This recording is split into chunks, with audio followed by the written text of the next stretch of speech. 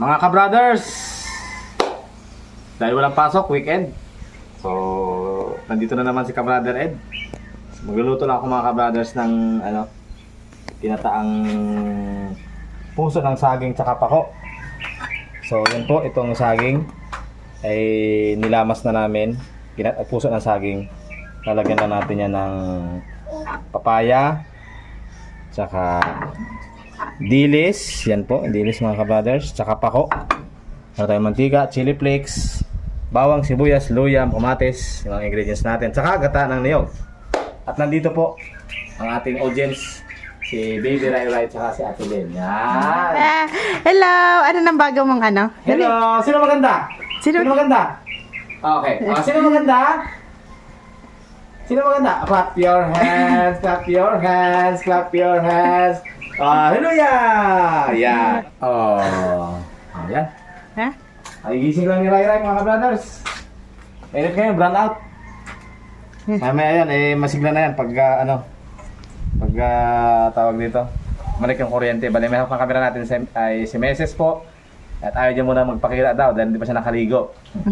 Si nanay naman ay naliligo. Ano, Nay? Ayun, mga ka-brothers. Pananghalian namin ulam to. Nagpirito kami ng isda kanina. No? Ikakakain ka na kanina eh. Bukit nagkasundo agad sila, Ate Lynn, no? Mahirap na yan eh. Yung sabihan na hindi sila medyo siya, tawag ito. Ilang. Siguro dahil ay minsan na kami pupunta doon. Hindi siya familiar. Po, gagisahin na natin itong bawang sibuyas. Mekos-mekos mga ka-brothers.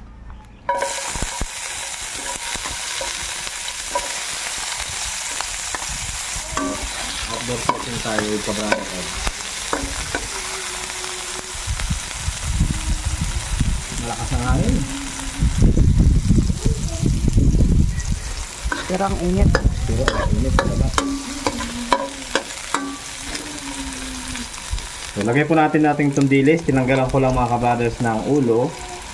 Kasi yung ulo niya ay medyo Mapait. mapait. Basta mapait po. Kung walang gata, pwede na to. Sinangag na dilis. Lagay po natin itong kamatis.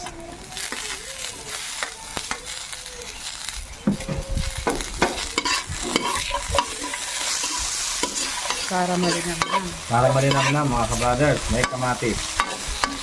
Ayan.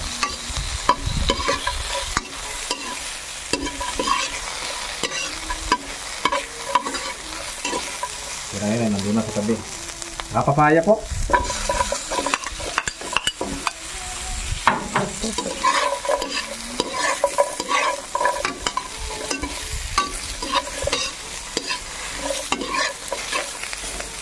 Itong puso ng saging. Yan po ay wala na siyang katas kasi madagta po yan eh.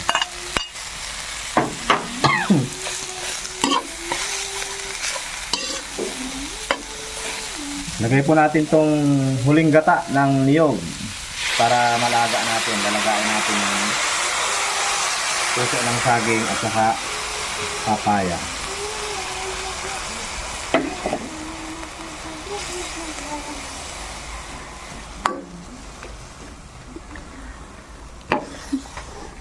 Close na close talaga sila eh. Oh. Lalagyan na natin asin, di ba? Titimplahan mo. So, lalagyan na po natin mga ka-brothers ng asin.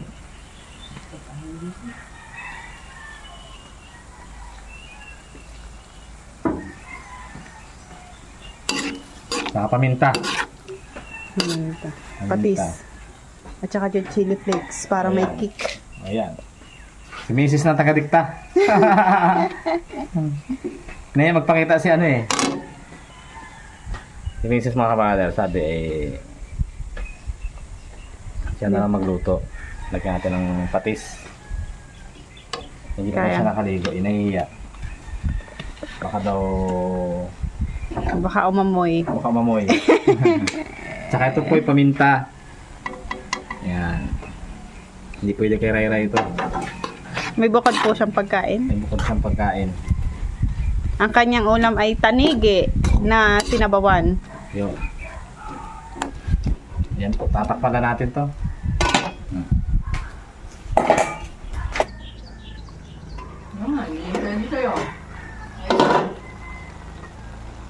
Ilagay po natin itong pako mga ka-brothers.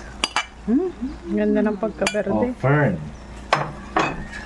At saka yung unang gata ng niyog, yung malapot na gata. Kakang gata. Yan. Yan po nilagyan na natin ng patis. Asin tsaka konting patis. So ngayon, lagyan natin ng sili. Tapos ang pampalasa natin mga ka-brothers, dito tayo gagamit ng mitsen ay asukal. Yan. Ang ginagamit namin alternative na pampalasa para mag-yummy siya.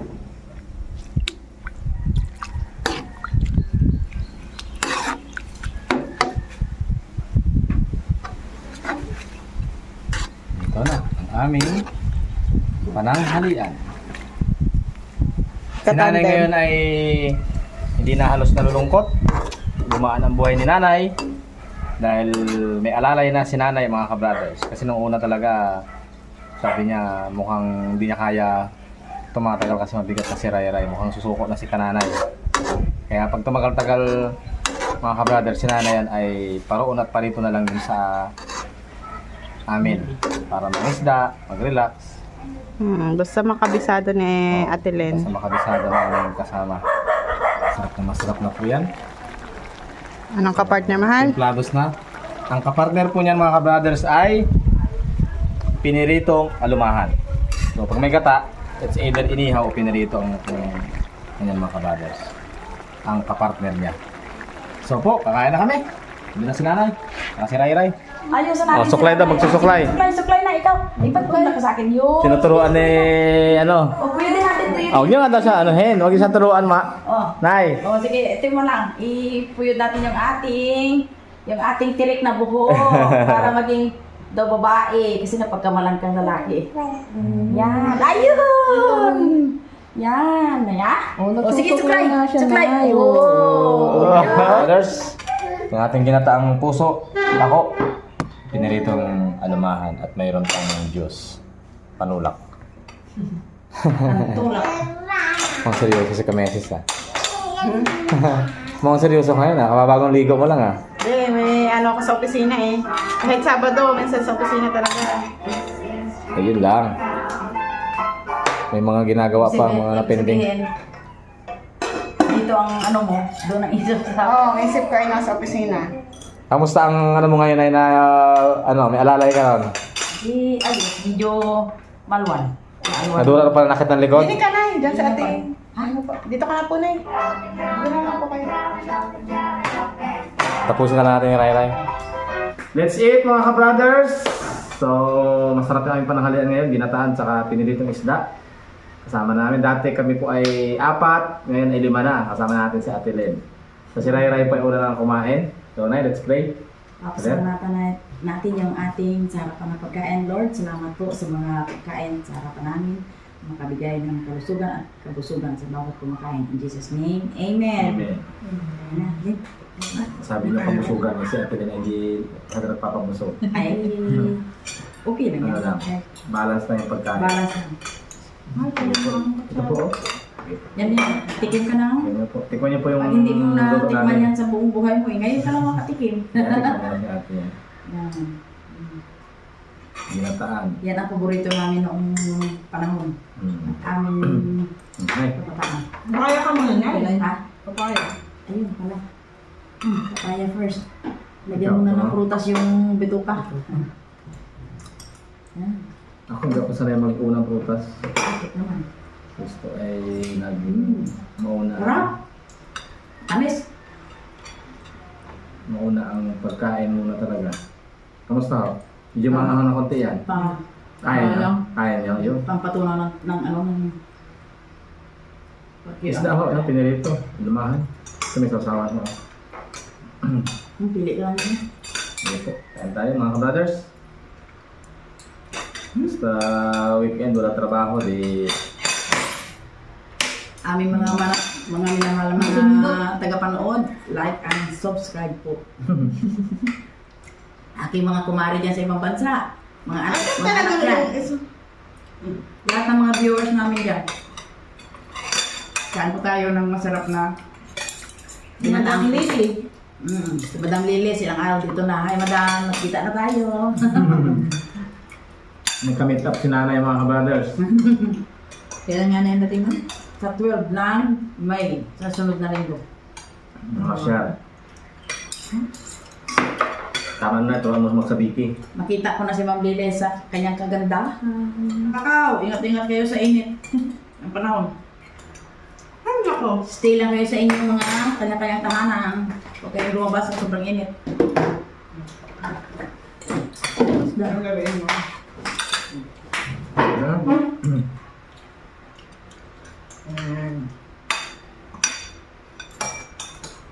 Ray-ray? Tapos na kumain sa Ray-Ray eh.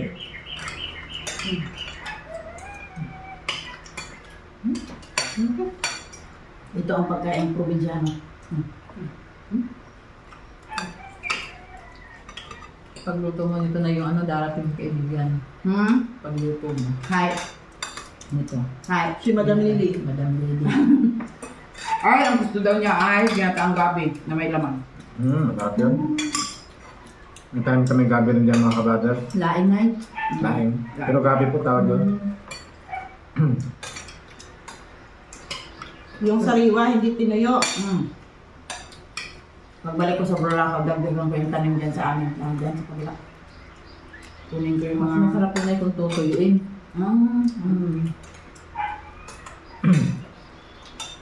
Tapos may dilis. Sarap na saan? Kaya hipon. Ang gusto ni Madam Lily ay yung ilagay daw yung makakapal na laman ng tuyo. Nakain siya. Ay, kumain! Bigyan ko ng kanin eh.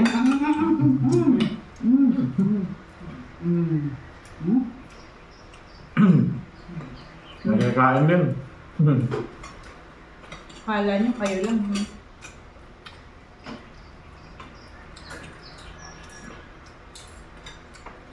Hindi na mapagod si kananay mga ka-brother. Nung nakaraan eh ano? Puro buhat si Ray-Ray. Nain kayo Maliliyo likod. na si nanay eh. Paghapon, niliyo si nanay eh. Pag uwi ko sa Bulacan, kukunin ko na yung ano, puna. May kuna na si Ray-Ray mga ka-brothers eh. Para hindi laging buhat ng buhat. Ayoko din ang takuna. Buhatin ko na. Oo. Pag napagod rin po, ilalagay niyo po yun doon. Maganda rin doon pag doon sa kuna. Pag Ayos ang kain eh. Nakapalakot. Maganda nga ang kuna kasi siya nakaka-practice to. Ray-Ray! Sino maganda? Sino maganda? Nakakatakot lang doon pag biglang natumba. natumba. Yun lang. Yan, nakabukod pa. Kasalanan ko pa. Hindi naman ho yan. Pat na, pag natumba siya doon. Ako, hindi rin ako maano sa kuna. Pero yung mga apo ko, gano'n talaga sa kuna. Yung pamangkin ko, hindi na ko. Hindi na lang tayo malibot na. Aroy! Yung ano, yung ulo. Yung ubos ng kanyang kanin. Yung po ng ulo doon na. Bigyan niya siya ng kanin. Ubos na yun pala yung kanyang kanin. Sarap. Si Denden at Arab din kinuna. Buhat lang. Kahimik man sila. Iupo mo lang. Yung masuko ko yan, hindi ko din pinuna. Hindi rin ha? Hindi. Kahit nalakad na? Sa playpen lang. Hindi ka dumakakapon. Bukol-bukol. Pag makulit talaga siya. Ang magaling pa ang magasgas. Magaling pa ang madapa kaysa mabukulan, kaysa sa ulo. Mahirap pag ulo ang ano. Kaya nga ako takot. Tapos, yung playpen niya, binirhan lang ng manugang ko nung nung puzzle. Nakita ko kuna doon sa ano? 3.5. Ganda siya. Parang playpen rin. May kuna sana yun, bibili na ng ama. Nakabarter. Hmm. Hindi ako pumayag. No. Wala ka din sa bago mag-isang taon eh. Malaman yan si Ray pag dumating ang kuna. Kuna, yan. Kung mapakinabangan kung hindi. Kung hindi ay, ibalik na lang sa Bulalakaw. Si Lula na lang ang magkukuna. Bigyan na lang kay Kay Yahay. Miss Yahay pagdating ng kanyang baby sa October. Oh, tama yun. Tama. Si Lula na lang yung maglalagay ng kuna pag nandito. Eh, ang kanyang mga anak ay sanay sa kuna eh. Ay, naku!